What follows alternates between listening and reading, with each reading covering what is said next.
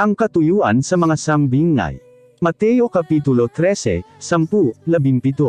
Anya miduol kang Jesus ang iyang mga sumusunod og nangutana. Nganong nakigsulti ka sa mga tao pinaagi sa mga sambingay? Mitubag si Jesus kanila, ang mga tinago mahitungod sa paghari sa Dios gisulti kan inyo sa pamagi nga masabtan ninyo, apan sa uban wala kini isulti sa pamagi nga masabtan nila. Kaya ang tao nga magtipig sa iyang nadungog nga kamatuoren hatagan pa og pagsabat, ug daghan gayod ang idugang kanya. Apan ang tao nga wala magtipig sa iyang nadungog nga kamatuoren, bisan ang gamay niyang nasabtan, kuhaon pagikan kanya.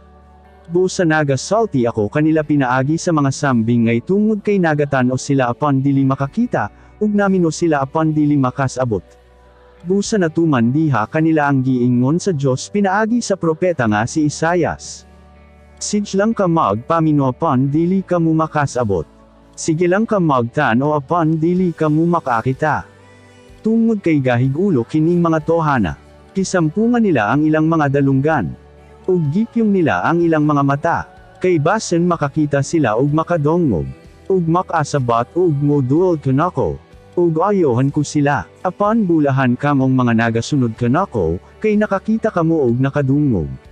Sapagkat tinuod, daghan ang mga propeta ug matarong nga mga tawo kanidto nga nagtinguha nga makakita ug makadungog sa inyong nakita ug nadungog karon, apan wala kini maitabaw sa ilang panahon.